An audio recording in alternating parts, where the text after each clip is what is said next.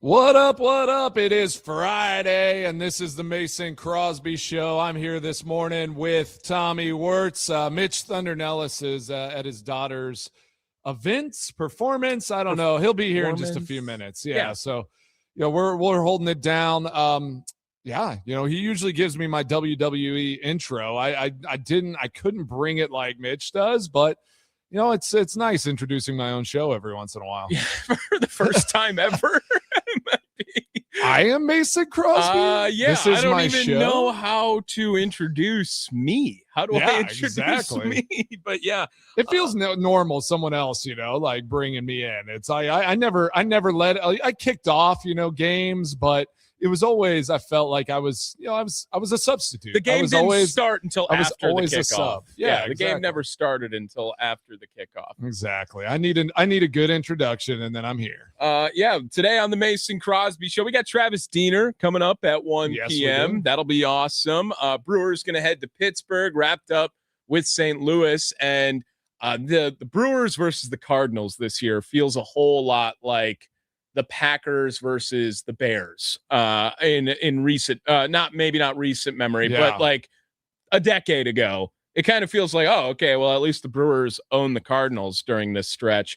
Especially with what a historic rivalry it's been over, for a long time, right? Like they've always had that rivalry. I totally agree with you. I mean, this is now. I think the Brewers like playing the Cardinals. It's just like we will at least win the series every time we go against them. Now also have an opportunity. All they have to do is win one game. You would hope more, but all they have to do is win one game in Pittsburgh, and they will become just the 21st team ever in Major League history to win 60 games before the All-Star break. This Brewers team, man, yesterday was awesome. Yesterday was great. I mean, Jake Bauers, what a day for the kid. And Logan Henderson comes back, and his final line ends up getting messed up, but he was 5 innings with 1 run. It ends up being 5 and change with 3 runs because Chad Patrick decided to throw a cutter right down the middle to Jordan Walker. It happens, But the Brewers come away with the victory, and now everyone can take a breath on whether or not Logan Henderson was going to be all right coming back, because he looked pretty damn good too, Mason. He looked good. And then, we were talking a lot about Cooper Pratt yesterday on the trade. Is he trade bait for trying to get a pitcher or get some pieces to get this run?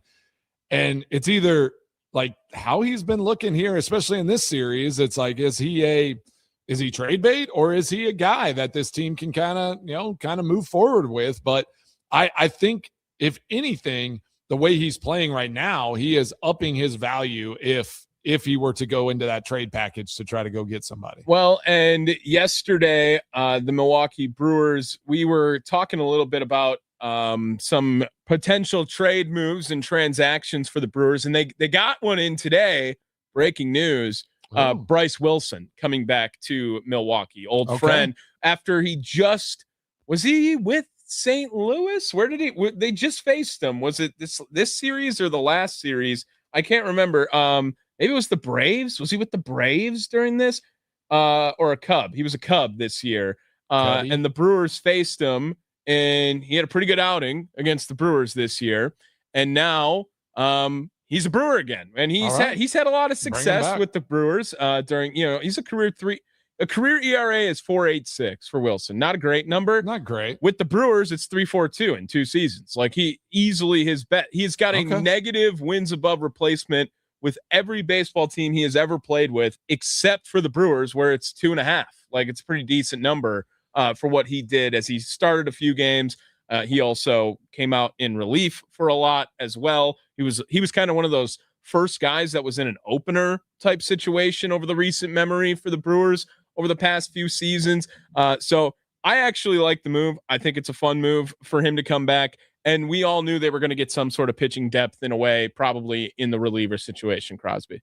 I mean, do you think is this the only move, or no? Is this is not the move. This is not. In fact, it kind of showcases that they're going to make more, in my mind, going and just getting a couple of pieces to round things out, to try to get someone acclimated into a different role. Like I think is what they're trying to do. They're trying to add some depth. This is probably eliminating a Joel Kuhnel type position or a Craig Yoho type Kuhnel, position that the Brewers have been trying to piece together in my mind.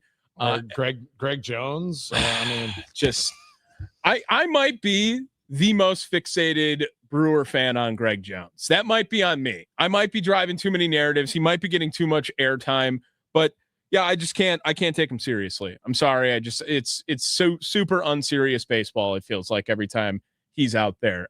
So yeah, the Brewers now gearing up for a 3-game set with Pittsburgh today. Tim Allen's actually going to fill in for Steve Sparky Pfeiffer on Wisconsin Sports Daily. That show is going to go until 4:30. I will be live at 4:30 with the leadoff show, getting you guys ready before game number 1 between the Pirates and the Brewers. And then we'll have the Potawatomi Sportsbook post-game show, of course, too, beginning at 8:30 today. And Sunday is where everyone's kind of looking ahead because that's Miz versus Skeens. A lot of people excited for that. Skeens, that'll be a fun one. He's had a little bit of a down year, but it's Paul freaking Skeens. Like, he can turn it on, I'm sure, any day he wants to. That's always must-watch TV, right? Whenever you have like those type of elite pitchers going head-to-head, I love that. So definitely be tuning into that. Yeah, the Pirates, like, isn't it funny how the start of a season can like just give so much hope for so many people, fan bases, for an organization.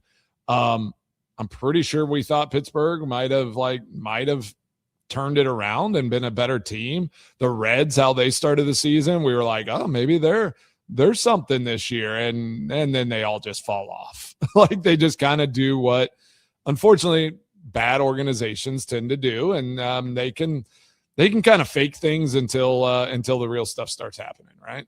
Right. And now the Brewers, they Cubs lost yesterday, so a comfortable 7-game lead now going into this series with the Pirates.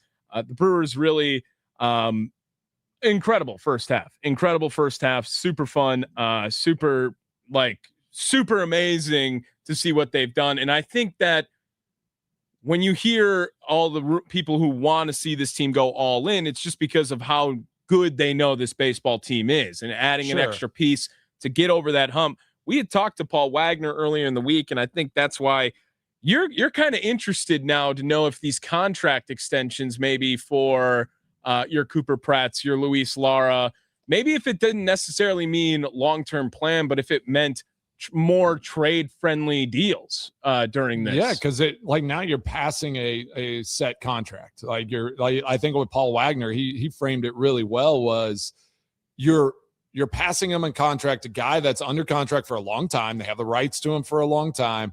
Now they can just evaluate talent and just see where this player fits into their organization. I think that is a huge benefit if you're unsure about a guy. It shores up that trade deal. And I think Cooper Pratt might be that first guy just because of how Mate, who Mate is and how they feel about Pena and like some of these other guys, right? Cooper Pratt might just be that guy that if you can try to, I don't even want to say trick somebody, but if you can get somebody to bite and you can get a player that can really help this team win this year, that kind of trade deal really makes sense to me. I don't know though. Luis Lara, like, is he a guy that you want to move on from right now? Like, no, he's too fun right now. I feel like he's too fun. Yeah, like Cooper Pratt's just a Pratt is coming back. He's coming back. I like his fight. I like his play, but maybe just a guy. I don't know. Like I don't know. Like Lara has like these tangible things that you could like be like, okay, he's super fast. He can steal bases. He's going to stretch it from first to third easy or get home even, right? Like that first to home that he had was unbelievable the other day. So like he has speed, he can do a lot of things, and that's electric. Cooper Pratt just might be a guy that could be a solid player for this team for a long time, but maybe you have other guys that are just a little more interesting coming up. From the 9-2-0, Brewers 1-2 versus the Pirates. Need to switch that around this weekend. That's the only team in the National League Central that the Milwaukee Brewers have a losing record against. They, I believe, moved to 18-7 or 19-7. It was something like that against the National League Central after the victory yesterday. They're dominating the Cardinals. They're like 8-2. The Reds, they're dominating as well. I'm pretty sure that was like 6-2 or 7-2. And they have a winning record against the Cubs, where I believe they're like 4-2 as well against. And the Pirates, they're 1-2. They had one series against them. And Connor Griffin was in that series. He will not be. I believe he got moved to the IL. Let me make sure that I didn't just speak that, because he did have some sort of injury that they were going to have to make a decision on whether or not he was going to play or if he was going to get some surgery behind it. Maybe they'll make a decision after the All-Star break. It actually did, as of July 7th, he will go to the IL. Okay, that's what I thought. He torched the Brewers the last series, and that's a guy that I think a lot of people thought was going to eventually torch the Brewers now with his number one prospect status. And he's an exciting young player, but the Pirates definitely not anything to be slept on quite yet, because they do have the Brewers number so far this season. I think this tonight is going to be a tough one, right? Like Ashcraft seems to be a pretty solid pitcher. Is 9-3 win-loss, 3.2 ERA. I'd like to see Sproat have a good night. It's like you want to see somebody go head to head against another good pitcher and, just get this Brewers team a solid win against again, there's always these matchups in every sport, right? Where you're like, we should beat this team, but it's always tough. Like I even look at the Lions whenever they were really bad. Like we always hated playing them. Like I always dreaded that week just because they were going to throw stuff at you. Like it was always going to be tough, maybe through 3 quarters, and then you might pull away and you might win comfortably, but it's just always going to be a tough fought win. And every once in a while they might sneak in and get a W against you. So I think Pirates for the Brewers are one of those teams where it's just like, you should win this game, but if you just don't take care of business and it gets away from you, they can sneak up and get a W on you. Joining us now, live from his vehicle, and I feel safe. Mitch Thunder Nellis is on his way to the station, I assume, and his mic is muted, just in case he doesn't know that as well. Now is that better? That sounds better. Yeah. How are we doing? There you go. We're doing great. Little Rumble just finished her camp acting, and so I had to be at that performance. But I just wanted to be a part of the show. Did you win a Best Actress award? You know what? I left before the awards, but I have a good feeling about it. Okay. All right. Nice. Sweet. So where are you? Coming from downtown? Is that where you're coming from? Yeah, I'm downtown. But it took me on a weird route because there's some traffic or something. Why is there traffic in the middle of the day I don't understand it, but I'm en route. I'm on my way. And you guys are awesome. All right, cool. Well, we were just talking about Brewers Pirates coming up this weekend. Anything you're looking forward to? I think Mason just made a great point about needing to be careful about Ashcraft. Even though it's fun to say, it's bad to face in the batter's box. But absolutely, I mean, he's been great. He's been probably an underrated piece. We paid so much attention to Skeens, and obviously everybody's looking forward to that matchup on Sunday. Skeens is a little off, and I don't know at what point Pittsburgh looks at his health, because when you're the two things you look at with a pitcher are velocity and location. His location's been fine, but his velocity, Tommy, correct me if I'm wrong, I think his velocity has been down for about a month now. And he's been good, but not great. And if he's not great, like, I Brewers fan, that's fine. But as a baseball fan, I want Paul Skeens to be awesome. Like, he is a special, special talent. And as a baseball fan, I want to see him be a special, special talent. And if something's wrong with him, that kind of bums me out. Not as a Brewers fan this weekend, but big picture for baseball. I think baseball's better when all the teams have a chance to compete. And if Paul Skeens can't compete the way he's used to doing, Pittsburgh can't be relevant. And then I think that's bad for baseball. His average exit velocity, his average velocity on his four-seam fastball has gone down about 2.5 miles an hour since his rookie year, where it was hovering right around 99.5, and now it's at 97. Did he rest on like kind of the hype? I mean, was it one of those where it's like, hey, we're not pushing it, like opposite of like Mizorowski, right? Like Miz is like chasing velocity. The other thing that's really weird with it is on April 1st, his average 4-seamer spin rate, which it feels like pitchers are a lot more focused on spin than fans are focused on spin. And there's a lot of metrics that come out now where the more spin on a baseball, actually the lower the batting average gets, as opposed to the more velocity on a pitch where the batting average doesn't have as much correlation. On April 1st, his average 4-seam spin rate was 2,300 rotations per minute, RPM, right? And as the season has gone on and each of his starts, it's gotten lower and lower and lower and lower. And on July 1st, it was under 2,000 RPM. It was 1987. And that 2318 is actually the highest number. If you keep going start by start, it's 23, it's 2274, 2157, 2180. Like, it continues to go down and down and down. And it got even less spin once July is hit. Now, that has to be injury related. I don't know if it's a fatigue this early in the season.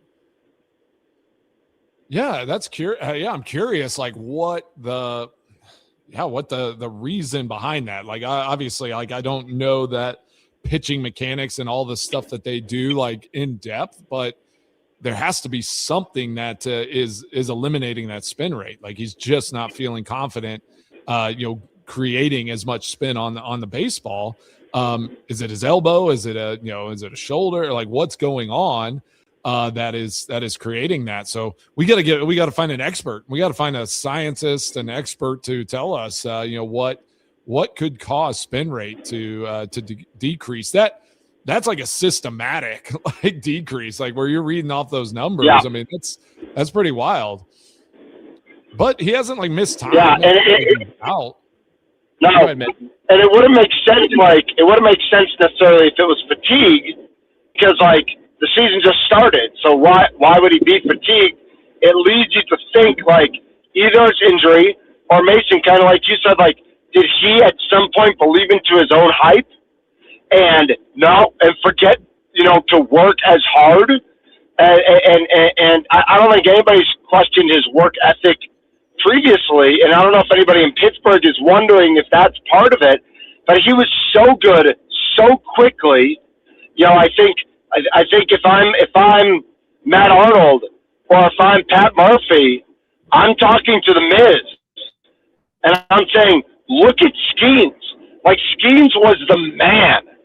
Skeens has been unhittable for 2 years, and now he's better than mid, but not much. And so, like, what do we need to do as the Brewers organization to make sure Miz, Henderson, Harrison, whoever it might be, these young pitchers stay on top of their game as opposed to whatever's going on with Skeens? And with that said, let's hope Skeens doesn't get better on Sunday. Yeah, good point. Good point. Well, you got to look. Ashcraft is like right there. Like, Ashcraft and Skeens' numbers are pretty much the same. Ashcraft actually has some stats that are a little bit better.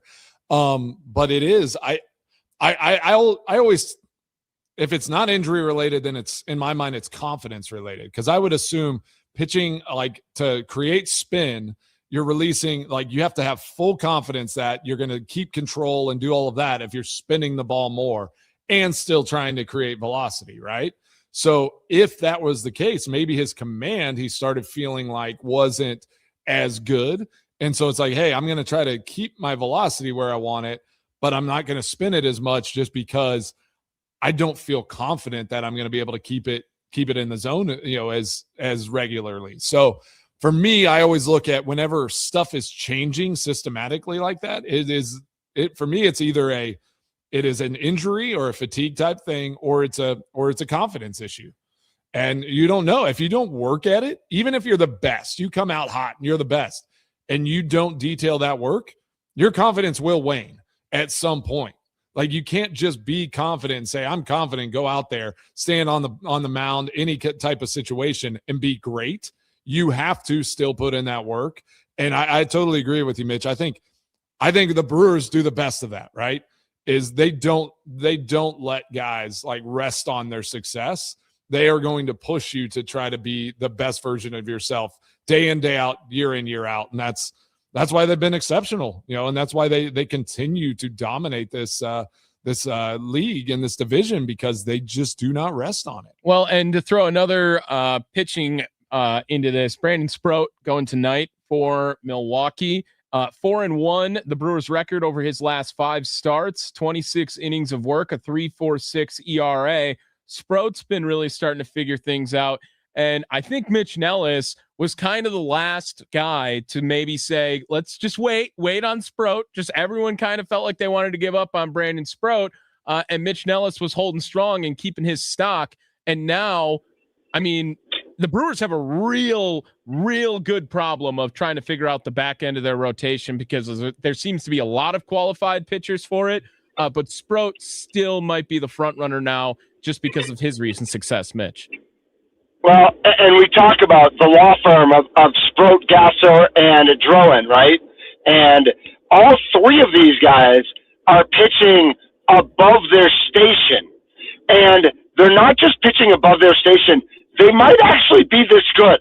Now, they might not be this consistently good for the entire season. Like, we don't, they're so young that we don't know. Our Sproat, our Drowan, even Gasser, who's been with the Brewers longer, are they going to stay at this level that we've seen? But I think we've seen enough of all 3 of them to believe that these guys can help this team win. I mean, listen, you just said it, Tommy, 4-1 in their last 5. Mason, we talk about it all the time. Like, you got to go, you go out there and you show out, and your results are your results. Like, whether we wanted that Sproat to be awesome at the beginning of the season and he wasn't quite there, but we saw that potential in him. Well, now we're starting to see it, and it's like whether you call these guys the number 4 or number 5 starter, if they go out and are winning 80% of their starts, like, again, that's why you get to 25 games over 500, right? For sure. That's a great point. All right, Mitch, you getting close? I'm close. It's my traffic app is yellow, not blue. Again, it's 12:24. I'm on 894. I'm like, I should be 6 minutes away. Instead, I'm 8 minutes away. But I'm getting there. Let's not get in an accident. Slow down. Focus. Everybody wants. Mommy Tommy has contributed of I am never riding shotgun in a car with Mitch Nellis, just from what she's seen. So she doesn't like being early to things. She doesn't like when people drive fast and get places on time. Okay, that's fine. AJ says, Tommy, Jaws, Jurassic Park, or Ghostbusters. Which one of these 3 movies have I not seen? Oh, man. That's just my prompt to you guys, because I've seen 2 of the 3. I bet you have not seen Jaws. Yeah, there's no way you've seen Jaws. Jaws came out the year I was born. That's older than both of you.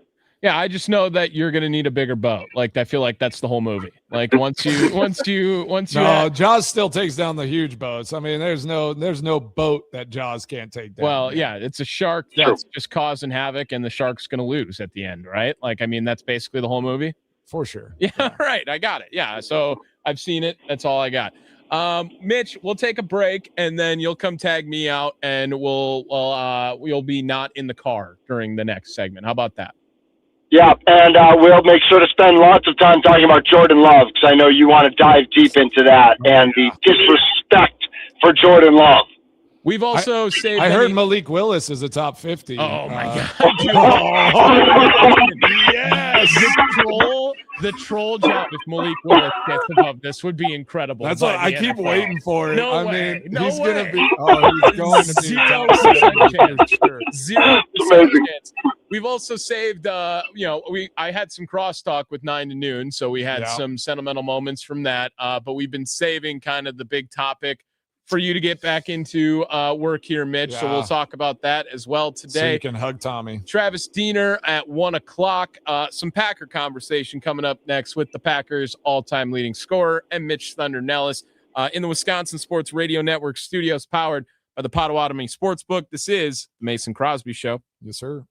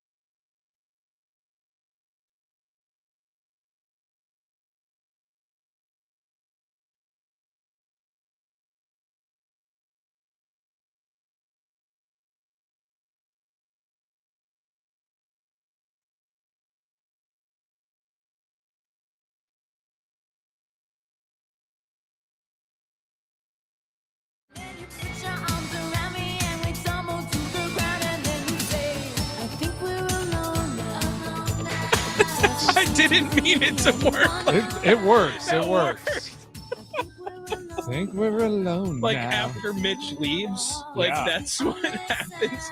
Welcome back to the Mason Crosby Show. It's me, Mason Crosby, Tommy Wirtz, and Mitch Thundernellis is probably getting out of the car. He'll be here for this next segment, but Tommy does have some news that we need to address. I was in denial, just trying not to bring it up too early, but we're getting a lot of texts in the Nicolay Law Talking text line 414-677-1250. Just in response to Tommy leaving us. So tell the people what's going on, Tommy, and so we can all tell you how much we're going to miss you, bud.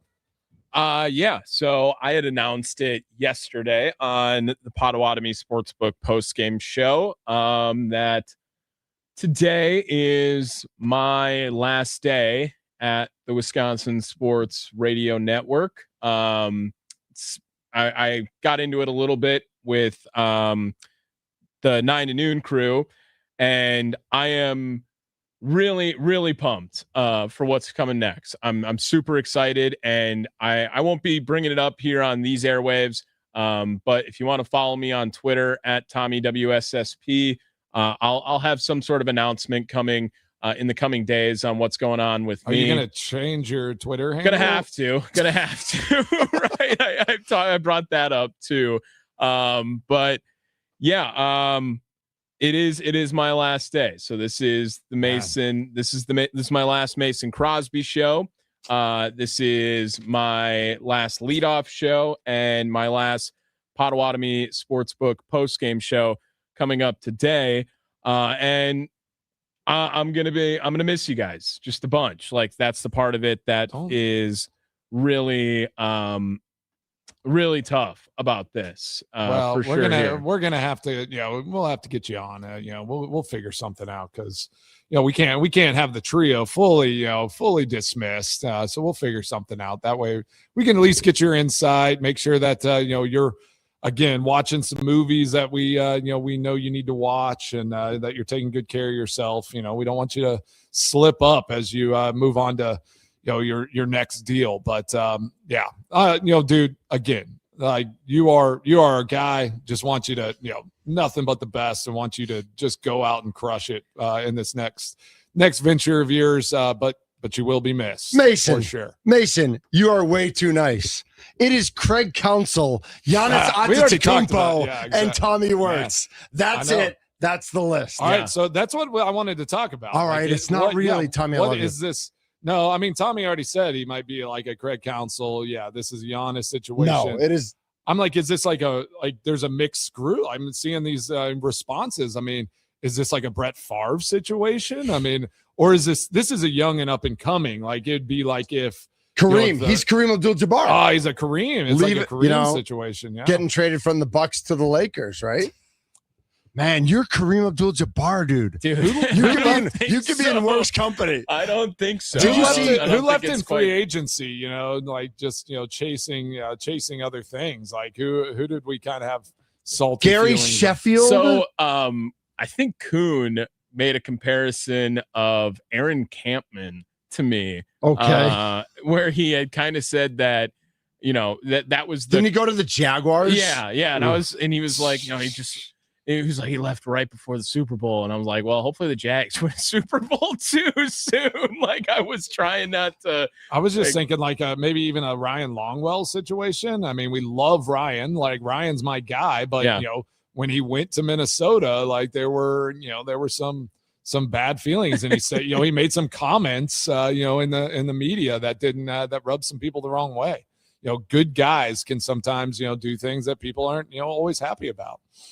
Yeah, I think that's fair. I think you got to take care. You got to take care of your your process. Exactly. I think in this instance, Mason just said it.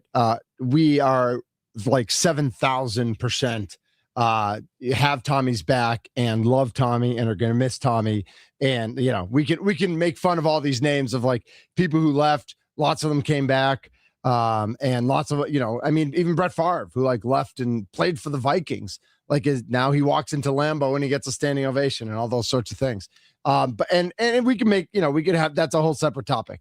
I think that we're getting some speculation on where Tommy's going. I love this. But I think there's a lot of, I think there's a lot of excitement for Tommy in the future. Obviously the Mason Crosby show will go on.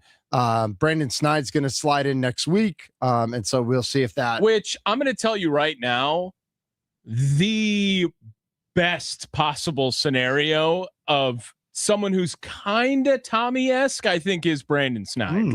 I do think he has like the same idea of will humble, will knows his stuff, a great worker as well here. He'll get to be on video with you guys because we don't get to see Snide. Yeah, nobody knows what he looks like. He's had a couple of appearances, I think, but Snide's the best. Everyone here, like I said, it really does sting to not be able to work in this building, knowing what what I've sacrificed to do it. I love this building. I love everyone in this building. I think the world of this team. I think, I've had some amazing bosses at this place too, that have given me just a ridiculous opportunity that I couldn't be more thankful and grateful for. I was holding a gold freaking medal 2 days ago. What? I was interviewing Ryan Braun and Mark Murphy in the same hour. Like, what is going on? What is my life? I was on a billboard. What are we just doing? Ascending, man. You're just an ascending talent, and we're just, we're getting kind of caught up in your, like your stardust in the back here as you're just ascending to the top. But it's true. Like I do. Like, do you think it was do you think, you're ascending so much because of your radio, talent and like the things you say, or is it because of the video and like just your good looks? Yeah, dude, Kmart model, not that Kmart model. Let's go. Yeah. No, I don't know. I try to remain, you're good at this, Tommy. I know that I can be like this, man, I'm trying to like stay FCC friendly on here. I know the type of personality that I come off as on the air to a lot of people, but I try to be as much of a team player as I can in this building all the time. And I am truly try to think that I am a show first guy as opposed to how I look on a show. I'd rather the show be good than me look smart by the end of it. And I think I do a good job of looking dumb a lot of times.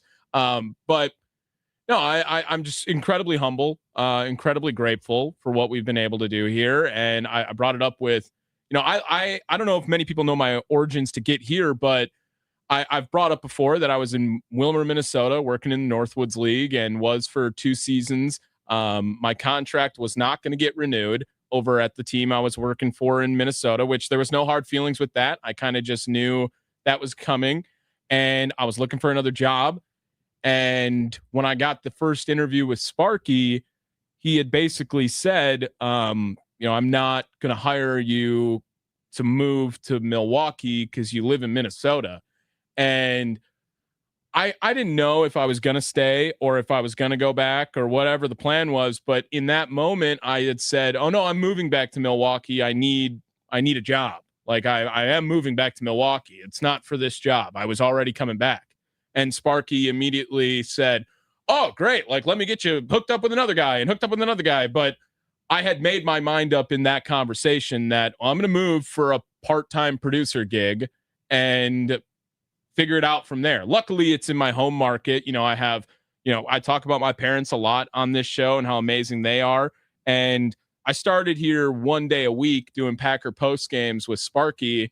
And then I get hooked up with Mason and Mitch.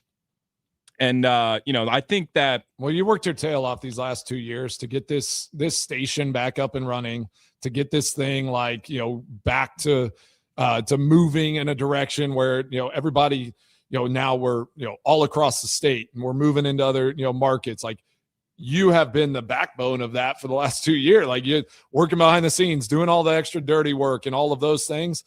Like our video exists because of you. You like created you ran video. Like, and you did it for our sister stations here in Milwaukee. You've been an advisor throughout the Wisconsin Sports Radio Network. Like, you figured out how to make that work. Somebody would have figured it out eventually. They wouldn't have done it as well, and they wouldn't have done it as quickly as you did. But you figured that out. Yeah. Just a young dude just making things happen. I still remember our dinner at Potawatomi, though, like last November or something like that. And like you came with that spreadsheet, like just like what our show became because of like, again, you're producing and like the details that you've created. I've seen you grow over these 2 years. I've grown a ton in this space and like, we fed off each other. So, but I still remember that moment where we're sitting there and you bring this and it's like, hey, we're going to make this thing, great and better. And we have to give you a lot of credit from our show standpoint that you took it to a different spot and got us, kind of got us into that next level of like, it's time to take that next step. So couldn't be, sitting here right now, without kind of that guidance from you as a producer. You've grown as a producer. Like at the beginning, it was like, all right, Tommy's just kind of working behind the scenes. Like you took a bigger role in so many different spaces. You guys were the first guys to know too, in the building. So I know that maybe, I might have a little bit more in a couple of the other, as far as people listening or paying attention, like my Brewers coverage has obviously been amazing for me over the last year and a half. But like I started with you guys like that. So I have just a special bond and I like you guys are my best coworkers here. Like I get to work with you guys more than anyone else. I know I do a lot with Tim obviously now. And, I'm just couldn't be more thankful for how much Sparky did for me in the last almost 2 years here.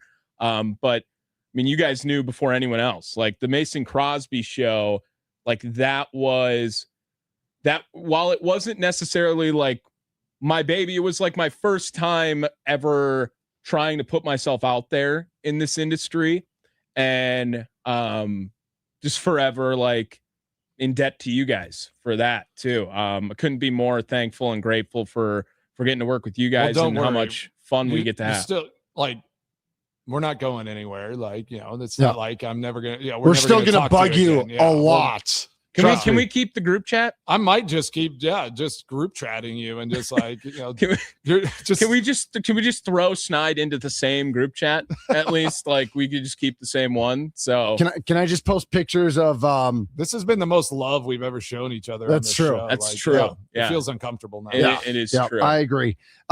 We've got plenty to get to still on the show. Lots of text messages coming in on the Nicolay Law Talk and text line. Lots of love for Tommy. 414-677 414 what? 677-1250. Is that the number? Yeah, you have it. All right. Yes. It sounded wrong in my head for a second. 414-677-1250 is the Nicolay Law Talk and text line. Travis Diener is going to jump on at 1:00. He and Dwayne Wade are in town next week for their annual charity benefiting literacy and some scholarships, stuff like that. We'll talk to him at 1:00. We will get into Jordan Love because Tommy hearts Jordan Love and he's sick and tired of the disrespect. Sure. So we will get into that as well. This is the Mason Crosby Show.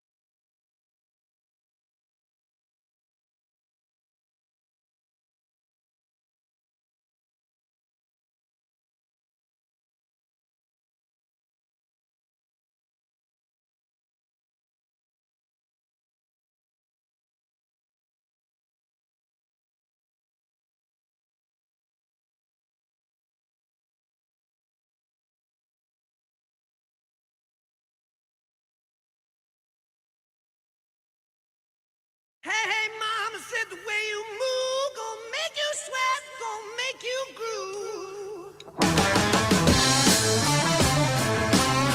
Oh, Hi, Mace. What's up? Hi, Tommy. Hi. How we doing? Just taking some deep breaths over here. Yeah. You'll switch spots. Yeah. You're back in your rightful place. Tommy Hecker from Thailand is paying his respect. Tommy Wirtz over here. If you don't know who Tom Hecker is, longtime statistician, spotter, Bucks, Notre Dame football, Packers, has worked on all those radio networks. And just like he knows more about sports. He's forgotten more about sports than the three of us know combined. It's insane. He's dialed in. Like he named the starting five on any 1968 NBA team. That's crazy. and with crazy. glee. And he will make you feel stupid while he's doing it in the nicest possible way. So he's in here. That's a talent. Yeah, it is. It is. It's great. So he's in here hanging out. Plenty to get to. Lots of funny texts going on in the text club. I don't know if we want to read them all or just we can do that in the last segment. Or just acknowledge or whatever. Just acknowledge that they're coming in and we're having a lot of fun with it. We got like 2 minutes in this segment. So Mason, why don't you give us our soccer update? Soccer update. Well, France is still really good. So is Mbappe going to pass Messi this World Cup in goals? Ooh. It's neck and neck. I don't know. I mean, it's going to be a tight one to the finish on who finishes with that golden boot and has the most goals in this World Cup. But yes, Mbappe eventually will pass Messi. Right, but it'd be way cooler if he does it while Messi's still playing. You think that would be better? Like he's only one behind him now, right? Yeah, and Mbappe's the only player that's playing like on the list for this year he's gone back-to-back World Cups with 8+ goals. Like he's on a different level. The guy's unreal. Like he's unguardable. All right. Speaking of unreal, though, Scotty Scheffler about to miss his first cut in 4 years, bro. Yep. What's going on there? Yeah, sometimes like I think he needed to feel something. We know, how he is, and it's like the Open is next week, so he's like, I've been so close all year. I think he just needed to get it like punched in the gut. Now he's going to go and win the Open next week. That's my prediction. Right. Yeah, that's my prediction. Yannick Sinner takes down Djokovic of course, in straight sets. I mean, Sinner's. I put something on that. Did you bet on that? In the break, before the crosstalk, Brandon Snide was like, dude, Sinner taking down Djokovic, man. I hate grass courts. And I was just thinking, Brandon Snide being a tennis guy? I didn't have money on that. No, insane. And apparently dialed in the tennis world. It's good to know. Could not believe it. Believe it. Good knowledge for the Mason Crosby show. I will say the Open Championship, second favorite golf week behind the Masters. Like I love watching early morning golf. Do you love watching or do you wish you were there? I plan a trip every time I watch it. So nice. I'm ready to go back. Travis Diener coming up next here on the Mason Crosby Show.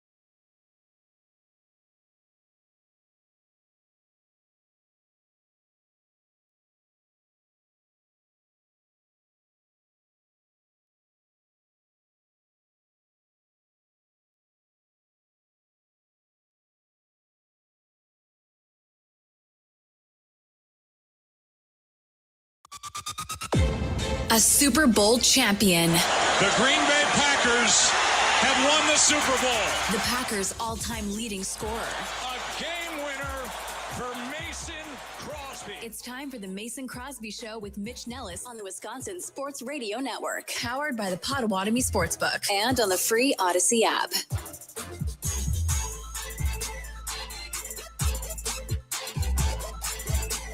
Welcome into hour number 2 of the Mason Crosby Show. Mitch Nellis, Tommy Wirtz, and Mason Crosby are here with you on this fine Friday. Mace, big weekend plans? Nothing really planned. It's No, going to be a any nice, calm sport? weekend. No kids sports? No nothing like that? No, middle of summer. Nolan just doing some golf and prepping How'd it for go? soccer How'd it go season. yesterday? Did not go well. So, like father, like son.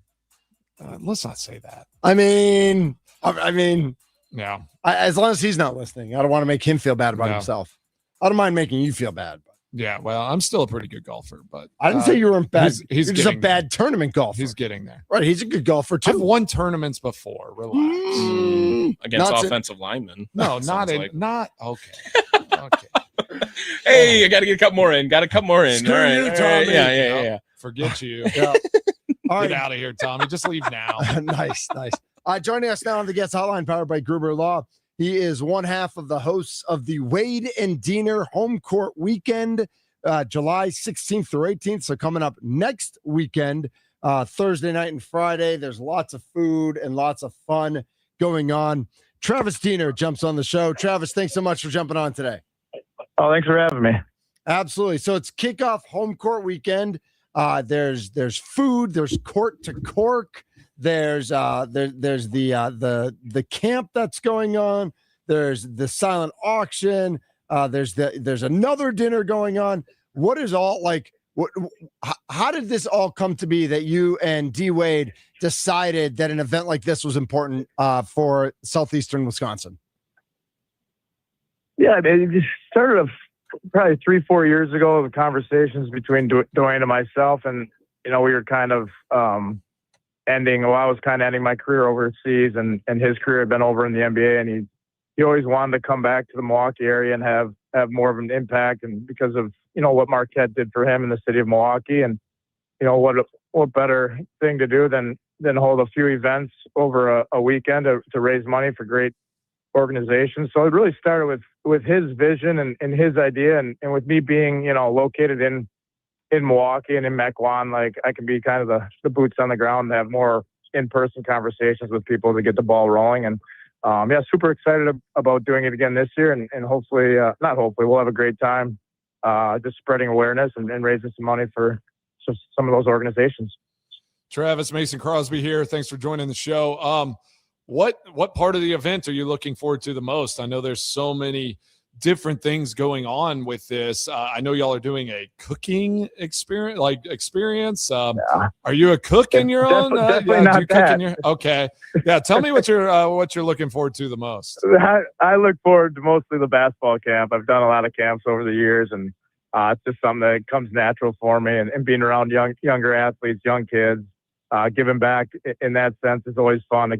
I tell people all the time, being around those younger kids and the next generation keeps me feeling young.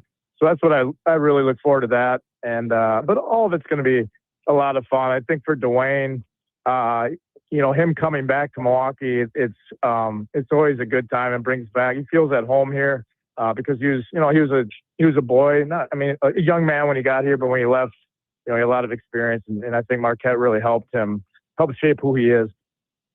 Travis Diener joining us here on the Mason Crosby Show.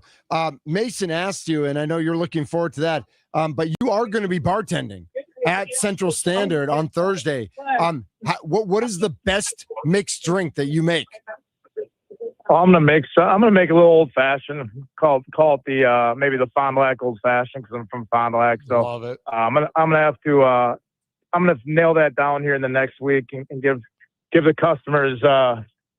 Gives them something to talk about. I grew up, my parents have owned a bar for the last 44 years, so I don't have experience bartending. I should, but I don't. So I might have to lean into my parents' bar a little bit for some knowledge. Yeah, you're going to have to go try a few, make sure you know exactly what you're going into. Yeah, Exactly. are you? I mean, you got to be a brandy. Are you brandy sweet, brandy sour? Like, which way do you go with your old fashioned? I go whiskey sour. You're a whiskey. Ooh, All right. yeah, All right. whiskey I like sour. whiskey sour. Use that red cabin from Central Standard. That's the good There we stuff, go. right? Yep. Exactly. Yep, for Nice. sure. Well, that's awesome. So what else? So what else can everyone look forward to for this? What events are still available? I saw that your cooking experience. It's a nice price tag. People are excited for that. So it's awesome that that's already sold out. Can people still sign up for the basketball camp and some of these other events that are going on? Yep. There's still registration open for the basketball camp. I last I heard, there's still registration open for the bartending experience. The dinner was sold out relatively quick, which is a good thing. Yeah, I mean, it's gonna be a fun 2 days. Looking forward to it all. Just a lot of camaraderie, a lot of Dwayne and I have a good banter between us where you kind of ride each other. Make how it is when you're in a locker room. There's a lot of stories there that can be told. So I think it's overall just gonna be a very fun experience for everybody involved. Travis Diener joining us here on the Mason Crosby Show. So I know you're still very involved with the program. Shaka Smart and what's going on with the team. Wasn't the season the team was looking forward to last year? Some new recruits coming in. I know a lot of people have talked about how, Marquette didn't necessarily embrace the concept of how Wild West college sports was becoming with all the transfers and all that sort of stuff. And kind of we saw in the court that you kind of need to play the game a little bit. They're playing it a little bit more this year. How do you feel about the future of Marquette basketball? Very excited. I think what happens, especially in today's day and age, like you can go from, what Marquette had last year is a underwhelming year, and in 1 year you can flip it really quick. And I think you've seen that throughout college basketball or college athletics in general, with the way revenue sharing is and stuff like that. And I know we've picked up 2 kids in the portal who are going to have a huge impact. So I think I'm super excited for this year, and I think Marquette's going to be right back to where as a former player we want to be, and I think they'll be competing for championships relatively soon. And I just think you can have a blended model where, you can still grow and develop your recruits, but you can also go out and find, 1 or 2 kids in the portal every year that fit a need and fit something into your program that you want. So I'm very excited for this year. Travis, I want to ask you about some of that process, from your perspective when you were coming out. Obviously, we talk about the Badgers, we talk about Marquette, and the rivalry in a sense of Milwaukee versus Madison and all these things. What was your recruiting journey like, and why Marquette over? Did the Badgers come calling, or were there other opportunities? Yeah. And No, in this NIL area, would it have gone differently, do you think, in your journey there in college? Yeah, it's hard to say, if NIL would have had a huge impact on my journey. I mean, I would like to say no, but, with the amount of money that's being thrown around, I think that's probably not the case. Yeah, I mean, with Marquette and Wisconsin were my 2 final schools when I came out. And a major reason I chose Marquette was Coach Bennett was at Wisconsin, and a legendary coach, legendary family in the Wisconsin area. But I didn't feel that, his style of play really fit how I was going to maximize who I was as a player. So ultimately I chose Marquette, and because of my relationship with Coach Green and the vision he had for me, the style of play, playing a little more up tempo, and so that's kind of what went into my decision making process back then. 25 years later, it would probably be totally different based on the money that's thrown around to these guys. That is so interesting. Yeah, do you think that is even a consideration as often now of where you're saying style of play? I feel like in football, basketball, all these sports, I'm not sure these players are coming out and saying, oh, I want to go play for this coach and his style, and I'm going to highlight. They're just all right, who's going to give me money? And hopefully they'll adapt to the style of play that I'm most comfortable with. Do you think that is kind of the new norm now?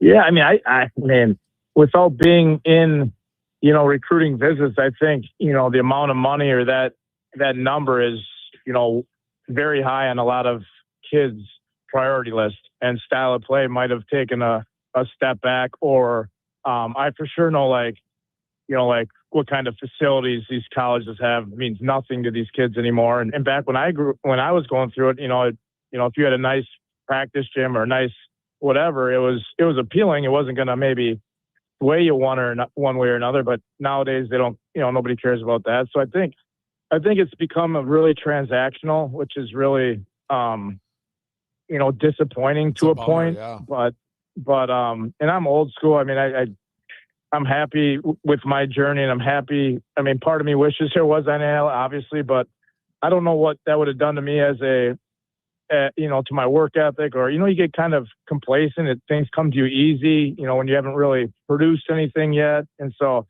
I like the model of you have to earn it, and, but, that's where we're at, and that's where these coaches are having to adjust and pretty much like year by year, it just changes so dramatically.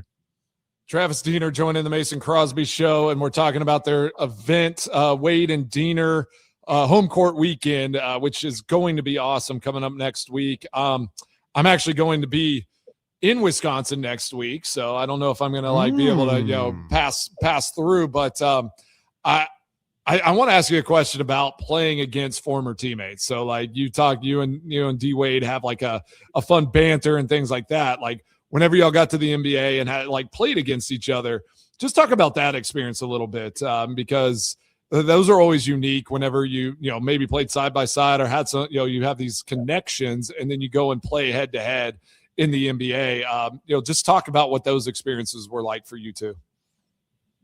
Yeah. I mean, he when you're competitive and high level athletes are super competitive, and obviously Dwayne's journey in the NBA was a lot different than mine. So he has a lot more, I really can't argue or debate, accolades in the NBA. So, but yeah, even when we played each other, there were games where, I didn't even play, and, he's, one of the best players in the world. So, I don't really bring that up because I know I can't win it. So now I gotta worry about beating him on the golf course, which is really easy. Wow. I like that. And so, and I, he doesn't really play basketball much anymore because he's got bad knees. So I think I'm a better basketball player at 44 than he is. Nice.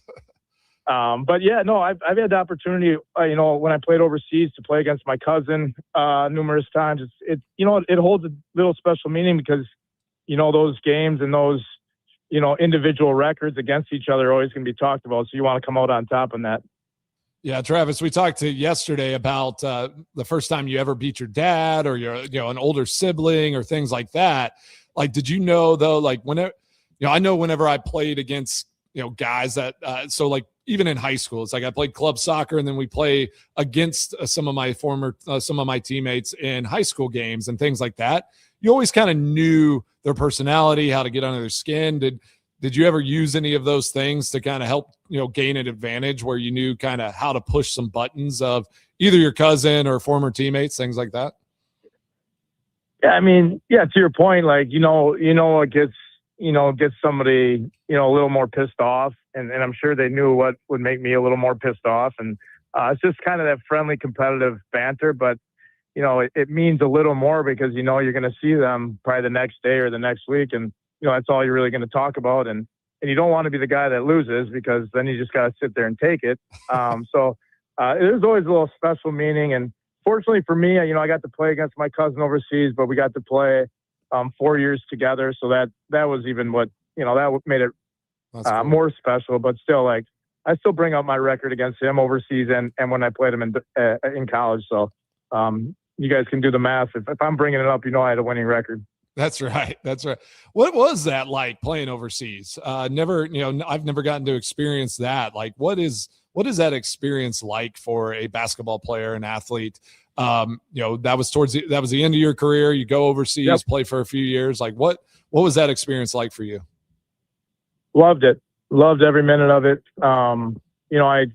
I got to chase my dream of playing in the NBA, and then, at a point, was really realistic with where I was as a basketball player. And decided to go to Italy to play for several years and loved every minute of it. The games are, have a more college-esque feel to them. The fans are right on top of you. They're into every game. Every game matters. The style of the game is more fundamental and skill level, and not as much athleticism, which kind of you see in the NBA. So it fit how I wanted to play. I played for a great coach. Living over there is totally different, which I respected and ended up really enjoying.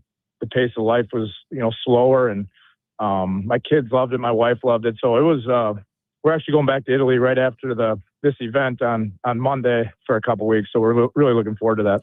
Can I come? Yeah. I'll carry anybody's your welcome. bags. Yes. Let's go. Yeah. So that's awesome. It was an incredible experience for me over there. Travis Diener, co-host of Wade and Diener Home Court Weekend going on. Still tickets available. Go to visitmilwaukee.org for Thursday night, Court to Cork. The bartending, celebrity bartending event going on at Central Standard Craft House and Kitchen. And then on the 17th, there's basketball camp available. But the dinner at Loopy and Iris is sold out. You talked a little bit about how important it was that you and Dwayne Wade got together and wanted to give back. I know I was at the event last year, and one of the big initiatives you guys have is youth literacy initiatives and youth development. Why did that become the cause for this event, and why is that so important to the two of you?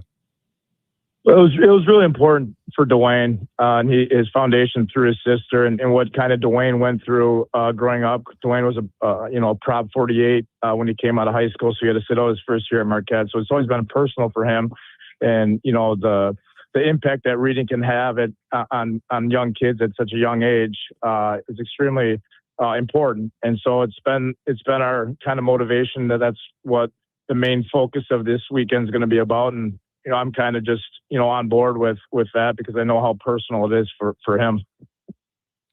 That's awesome. Yeah. So is this, just remind me, is this, what year is this for? Is this the second year? God, I'm getting old too. I think this is 4 actually. I think it's going to be the 4th year. Yeah. Maybe Awesome. How much to this point have y'all raised, and what are kind of the expectations and the hope to continue raising for these types of events? Yeah, I think the main thing is get the right people in the room, just to get our voices out there and raise the awareness. And I think we have so many great relationships with Marquette alumni, and I think this year we're trying to make a more concerted effort to broaden that and get in front of people that are highly impactful in the Milwaukee, southeastern Wisconsin, even if it is Madison people, unfortunately. But I was going to ask that. I was going to ask, like, all right, is there I'm still wearing my Badger jersey Thursday night? That settles it. How does little brother feel, Travis? Exactly, that's what it is. And I get it. Like, maybe the game did mean a little more to us than it did them. But just get in front of the right people. Just explain what we're trying to accomplish with this, and have a lot of fun with it. And I think when people are there and around us, and really around Dwayne does such a good job of. He has a gift of just making these events. He's so involved and so present that I think everyone will really enjoy it. That's awesome. Yeah, I was going to ask, like, is there, just knowing what the Packers were and things like that, like this Marquette versus Wisconsin and like the basketball rivalry, is it sometimes hard to entice Wisconsin Badger alumni or somebody to come across and be involved, even though they understand and know that it's for a good cause? Yeah, I maybe in my own mind, I think that, but I think people actually, I growing up in Wisconsin and know how Wisconsin fans think about it. I mean, most of them cheer for Marquette basketball and Wisconsin basketball, and they cheer for, heavy for Wisconsin football. So, especially for a cause like this, I don't think it's it's just good, fun banter. But at the end of the day, I know people will come out and be super supportive, and that's what it's really all about. I make fun of Wisconsin and Madison all the time, but I've played with Ethan Happ overseas, so I had friendly banter with him. So it's like it's never anything personal. It's just kind of what goes along with being in a locker room or being on a team. Love that. Love it. Yep. Travis, enjoy this upcoming weekend. Enjoy your trip to Italy. Enjoy Whitefish Bay, wiping the floor with Mequon and Homestead every year. No big deal, you know. It's all right. It's all good. And I will say this, Mason. It's been a horrible 44 years for me as a sports fan because I'm a Bears fan as well. So it's been absolutely miserable. That's embarrassing. I always like whenever we have guests on, they tell us that after the fact, because like my whole demeanor would have been different through this whole process. Well, we did win, the last two. So yeah, I wasn't there. Y'all didn't. I think I only lost 3 times to the Bears, something like that. Something maybe, like that. Yeah, maybe it's 5. been horrible. It's been horrible. It's okay. It's okay. Y'all, you have hope now, right? There's a little hope there, and there is. It's a glimmer. I love that they have hope. Whenever Bears Packers are doing well, like I think it makes the NFL like that much better and that much more exciting. Those games are always fun. Absolutely. I appreciate you guys having me on. You bet, Travis. Thanks so much. Good luck this week, next week, and have a great time. Yep. All right. Thanks a lot. Travis Diener jumping on the guest hotline powered by Gruber Law. One call, that's all. Always friendly banter between Badgers and Marquette. Bears fans and Packers fans, maybe not quite as much. Now we know. Exactly. Yeah. We'll save that for next time when we have him on. But good to have Travis on. Go to visitmilwaukee.org for more information about the Wade and Diener event, especially Thursday night at Central Standard Distillery. There might be a little thunder in the forecast on Thursday evening. Yeah, you're gonna bring it? It's drinks. I know that one is one I would. I'd be all for. I mean, Red Cabin Bourbon. You know I'm there. Yeah, you are. Plenty more to get to. We've got some breaking news from the Milwaukee Bucks that's going to make the fans happy. The Bucks actually doing something fan friendly. What is this? A day that ends with X? No, it's a day that ends with Y. Is that a real saying? Or no, but I just made that. I love that. That was awesome, Thank Mitch. you. Yeah, that was great. Yep. Yes. When something that never happens, it's a day that ends with X. There it is. Not a day that ends with Y. But some fun Bucks news to share. Wow. When we come back. And hugs for Thomas Carl Wirtz. This is the Mason Crosby Show.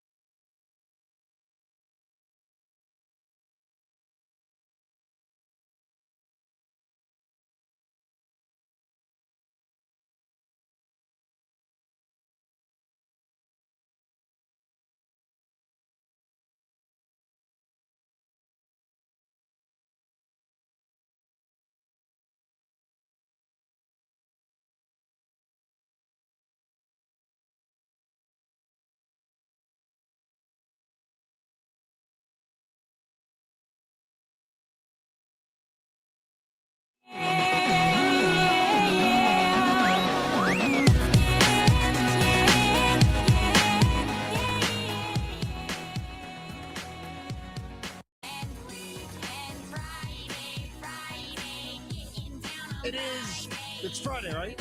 Friday. Did I get that right? It's Friday. Yeah.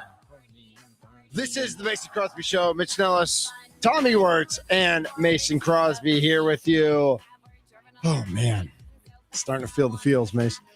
Milwaukee Bucks to return to full season over-the-air television for the first time in 31 years. Give it back to the people. Yep. 26, 27 games will be broadcast on My 24 and statewide affiliates in 2026 and 27.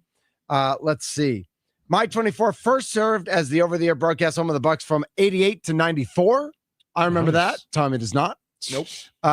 Viewers in the Milwaukee area can watch over the air on My 24 and most major cable systems and YouTube TV. Details on a statewide affiliate network and streaming options will be announced at a later date. Through the partnership, Bucks pregame, in-game, and postgame coverage will be offered for all locally available Bucks games during the coming season. This season marks an exciting return to our roots as we bring Bucks basketball back to full season over-the-air television for the first time in more than 3 decades, said Bucks and Fiserv Forum President Josh Glessing. Glessing, of course, I believe a Racine native. He took over for Peter Fagan. He's one of Haslam's guys. So, like, he's a Wisconsin native, but he's also a Haslam guy. So we're still kind of like, we're still trying to figure him out. Do we like you, bro? Right. We're not. Hey, yeah. But moves like this, Yep. you know, it'll go a long way. Very much so. Yeah, I completely agree. Bucks games will now be more accessible to our fans throughout Wisconsin. That's exciting. I mean, it's kind of weird. Like, I can't even envision like is it weird to be happy? Is it a good thing? Like, you're just Right. like, I feel think it's a good uncomfortable thing. being happy like, with this. Well, and it's been so long since and like over the air, I would argue to many of us doesn't matter anything. Doesn't matter because we have cable or we have YouTube TV or we have Netflix and Peacock and Paramount and Apple and Amazon. But Go ahead, Tommy. does this help grow Bucks basketball statewide, just in general? Is this not an effort to help it out? Well, if the statewide affiliations work out, like, that's still to be announced how that all comes together and who that ends up being. But if they can get clearance over the air in Madison, in Green Bay, in Wausau, in Eau Claire, in Stevens Point, then yes, then it definitely helps. I'm guessing some of those markets might not even be interested, right? You know, are they interested in picking up Bucks games? What about Minocqua? Do you think they'll show it up there? I don't think so, but I'd hope so. No. I mean, it should be. I might be in Minocqua. Man, I love for a Minocqua. day. I might be there for a day next week. Can I come? Yeah. Dude, can I get your schedule? Can you send me your schedule, You please? just want to Yeah, just follow me around. I do. I'll do your social media for you. How's that? Okay, nice. Yeah. I'll carry it on my phone. I'll take pictures. I'll post on Instagram. I don't know if I want look at people seeing everything I do. Look at Crosby's whenever crew I'm in having Minocqua. more wine. Yeah, oh, wait, exactly. here's more wine. Here's Wait a more minute. wine. More wine. Yeah. Oh my gosh. Like, yeah, they can't even post because they've had so much wine. Why is there a 5th inning break at the celebrity softball game? Oh, it's so everybody can have a glass of wine. Gosh, We should have that's a a wine great break. idea. I mean, a wine break. That's my yes. second idea of the day. Days Dude. that end with X and a wine break during the celebrity Wine softball break game. at the softball game. Yep. And Molly and I just do it like an impromptu, Oh, like a quick podcast. Crosby's crew. Yeah, podcast. Yeah. I love that. Lammy, you listening? I have the Yeah. ideas. Hire me. Exactly. Jeez. Jordy and Emily love wine too. So we'll we'll There just you have go. them. We'll have Amon? them on. Does Amon do green? Does I'm Amon sure, do? I don't know. We'll We'll introduce him if he yeah. doesn't. Yeah. Elizabeth. That's what it's all about. K. Elizabeth K loves Big wine. wine. Oh, yeah. Big Yeah. wine kind of Because you know Elizabeth and Radar are going to be there from 9 to 1 Exactly. Mix in Yeah. Milwaukee. Yeah, that should be a blast.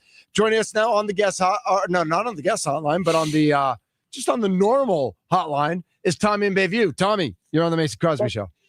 But thanks for pointing out that I'm just normal, bitch. Thanks for really the going normal back hotline. I'm normal too, Tommy. to point out that I'm not a guest, you son of a.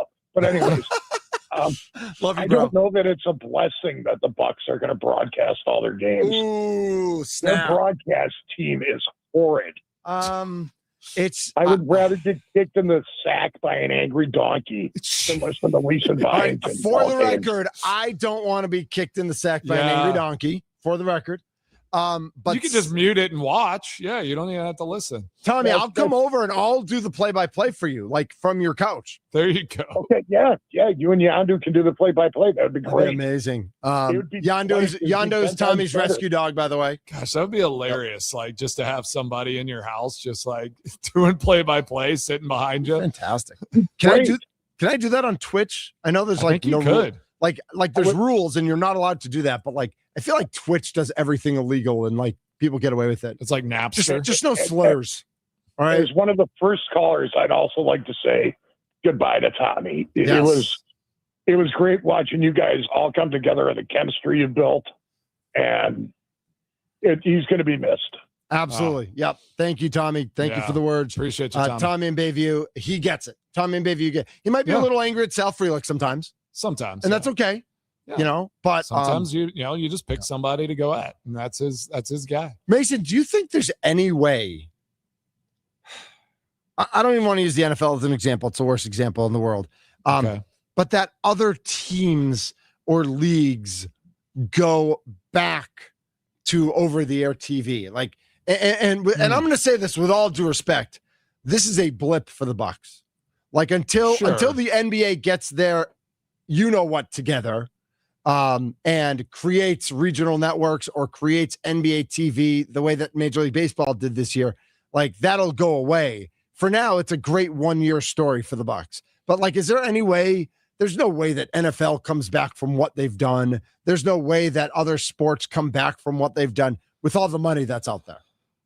You would think not, but is that the concern if this like whole that broadcasting like act or whatever, like the Equal Broadcasting Act gets like cut out, then is that an opportunity there? And then you just try to sell crazy amounts of ad space throughout the whole thing. But I don't know. I mean, it's gotten so extreme now, like all the things we saw the Packers, like they are playing so many games on Prime and Netflix. And I mean, it's what, 6 of their games are 5 or 6 of them. are on some sort of streaming network. So it's, I think it's going to go more extreme that way before it ever reverts back to over the air stuff. Can I interrupt the segment and derail it as well? Yes. Are we going to talk about Jordan Love now? By the way, Tommy in Bayview just called and gave you some flowers. Well, I just got pulled out for a second from John McDonough, who is our imaging guy here. Mm-hmm. Amazing guy. Did he make out with you? No. There's nothing wrong with that. John McDonough said that there was someone at the door for me. Okay. And Tim in New Berlin just pulled up. Okay. Who I don't even know if I've ever seen him contribute, but he's obviously a listener. Okay. And I think was working because he was in the work truck and wearing his work uniform. That's awesome. And he just came and delivered me a signed rookie Jake Bowers card right here. Oh my gosh. That's a fan. That's so cool. Listening. That has to pull at your heartstrings. That is like the nicest thing I've ever had happen in this industry. That's what it's about, man. Impact. That's crazy. So I just had to give a quick shout out to Tim in New Berlin. That is seriously one of the coolest things that has like ever happened to me. So that's amazing. Is that in a Rays uniform? It's in a Padre uniform. That's so cool. He never actually played a major league game for. No, that's awesome. I love that. It's a numbered card too. Yep. Drafted by the Padres in the 7th round of the 2013 MLB draft. Yeah, number 34 of 499. Okay. Jake Bowers autographed card. That's unreal. Tim in New Berlin. So Tim in New Berlin. Yeah, kudos to you. Way to make that effort. That means a lot. That was amazing. So I'm sorry to derail it there, but that's right. why I wasn't able to go give Tommy some flowers here. Tommy in Bayview, great, always contributing, always a listener. Come a long way since Pete Rose. Tommy in Bayview, come along. Still hates Sal. Still hates Pete Rose and Sal Frelick. Yes, and they've earned it. Yeah, sure. Well, at least Pete Rose at times. Yeah. Mary says, nice job, Tim in New Berlin. Paul wants to know, do the Bucs travel across the state during the preseason for any exhibition games, or do bus trips showing off the new players? they used to alternate between Green Bay and Madison. Like they would play one year, they would play a preseason game in Madison. The next year they would play a preseason game in Green Bay. They haven't in years. I want to say like the last time was when Michael Finley was on the Dallas Mavericks, and they would, because Finley went to Madison, they played the Mavericks in a preseason game in Madison, and that was cool. That was a big deal. That was cool. They definitely used to, but I don't think they do anymore. See, I think that would go a long way. That would go a huge way. Yeah, like reaching the state and making sure, like, you can play in any arena, right? Yeah, like, it's just like go and like, move this thing around. I mean, that's what Badgers playing in Lambeau, like doing these, like go to Green Bay, go to different parts of the state, and just like expose the state to like what you're trying to do, and get everybody a little bit closer to the organization. I think that's a great idea. Yeah, and I know they've struggled with that for years, and I think that on some level, the pomposity of the egotistical New York billionaires, frankly, who bought the team, thought that they didn't need to do that. They unveiled when they switched colors, they unveiled logos that were the state of Wisconsin, that weren't just Milwaukee, and then they basically cut off the state, like because they used to travel and they don't anymore. And it's like, I don't know. Now that I they think don't it's have just Giannis, hard. It's hard to understand a market like Wisconsin when you're from somewhere else, right? Like absolutely, you have to reach the whole state, and you have to like bring it all together. You don't have enough people like in New York or other places. It's like that's a big enough fan base, and you're going to grab the fans that you're going to grab there. Here in the state, you kind of have to go to the people sometimes. But we'd be remiss. We have to talk about Jordan Love. With Tommy on his last show. Do you feel like it was disrespectful for him to be at 72? Do you think he got worse from last year, that he dropped 4 spots? Why is Jordan Love so bad, 72? Tommy? Why is he so bad? Why do they hate him so much in the Packers' fault? It's the Packers' You blame fault. the Packers. I blame the Packers. Tell us. Because there are not enough expectations for Jordan Love from the Green Bay Packers. The fan base has created a lot of expectations for Jordan Love. Maybe in some in some ways unrealistic expectations, but the Packers need to showcase that they also have those. They did that with a contract. Now I'll give you that much, but I mean, we know how good Jordan Love is. I don't know if the Packers, or maybe it's Matt LaFleur, know how good he is, other than they didn't want to take time to find anyone better with giving him a deal, right? They thought that he was good enough to have that contract, to have that deal.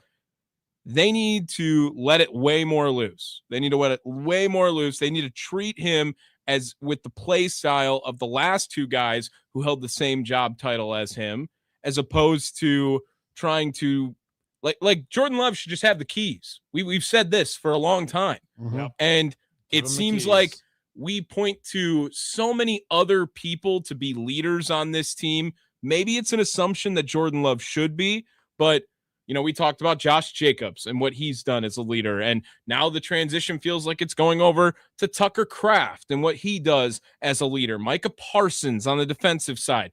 Jordan Love needs to be the first answer from everyone in the NFL when they talk about the Green Bay Packers. Every single person. And this is the reflection of it, is that I don't think they believe that with him being at number 72, 71. What was it on the list? But regardless, like the Packers haven't put him out there that he deserves to be. I mean, he's the quarterback really of the Packers, good. what they paid him, all the you got to be a top 25. It's like you got to think like he's your top 30 every year if you're be the quarterback of the Packers. And I agreed with you at a point. And I do want to ask this question because I want to get you fired up. If Malik Willis gets on this list, there's no way. Stop. Top 70. What are you going to do? If Tua gets on this list, if Malik Willis is on this list this Caleb year, Williams is going to be higher.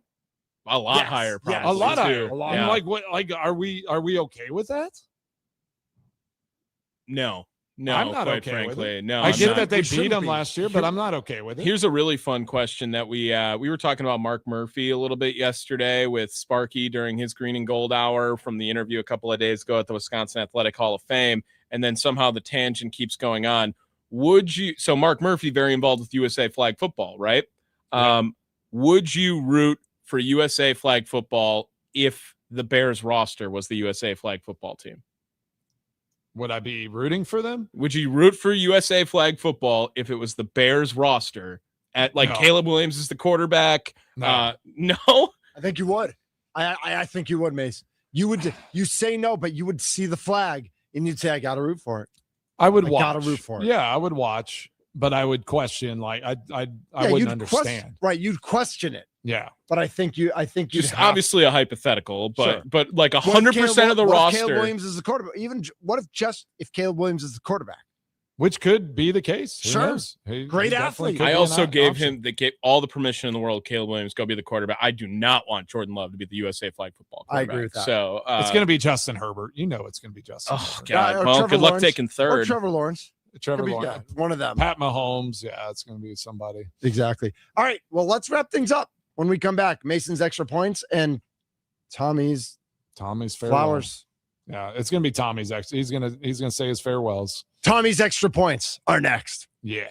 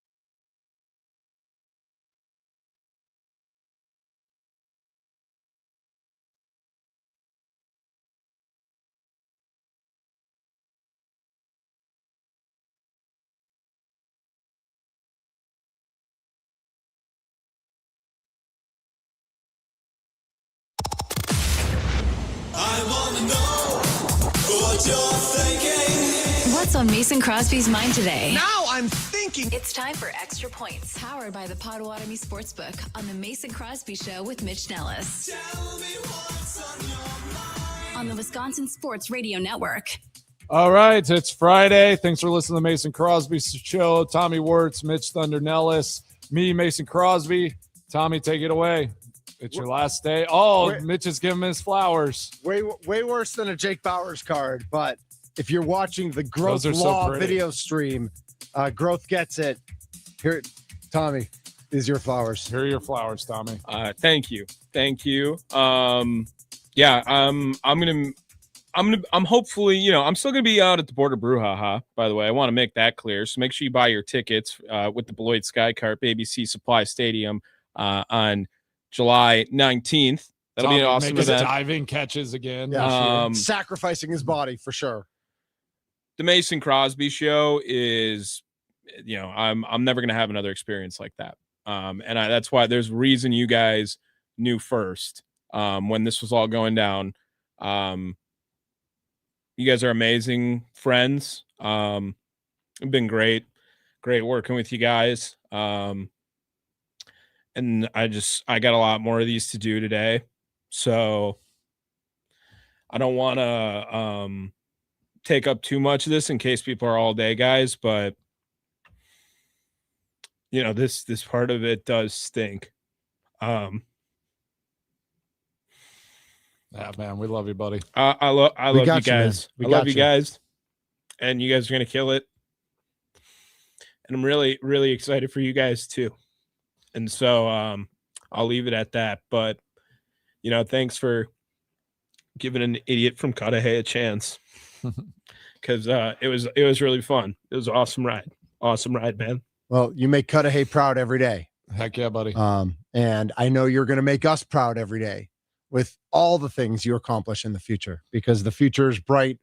And if I had a magic ball, I'd trade places with you right now, because I'm old and you're young. And so you got a great future. And so I think, Mason, we're both excited to see where it takes for you. sure. Yeah. Just keep chasing. Just keep climbing. Really proud of you, buddy.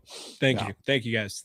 And thanks to all the listeners of the Mason Crosby Show. You guys are the best too. So I got more of these to do today, but you got the leadoff show, and you got the I'll still be here. Show today. Still be here today. Yep. But the Mason Crosby Show, definitely, I got some bias towards you guys. You guys are my guys. So keep killing it, and we'll stay in touch for sure. All right. Yeah. Absolutely. Give Brandon some advice on how to deal with us. He's screwed. I love it. True story. Mace, we got the weekend. It's the weekend. It's time. Yep. I'm going to see how Nolan did in his golf event here in about an hour or so. And then, we're just going to cruise into the weekend and have a nice, relaxing one before I'm going to hit the road again on Tuesday evening. So all love and free hugs and flowers for Tommy Wirtz. That's right. Tommy, it's been an honor and a pleasure. Till next time, Tommy. He's Tommy Wirtz. I'm Mitch Nellis. It's the Mason Crosby Show.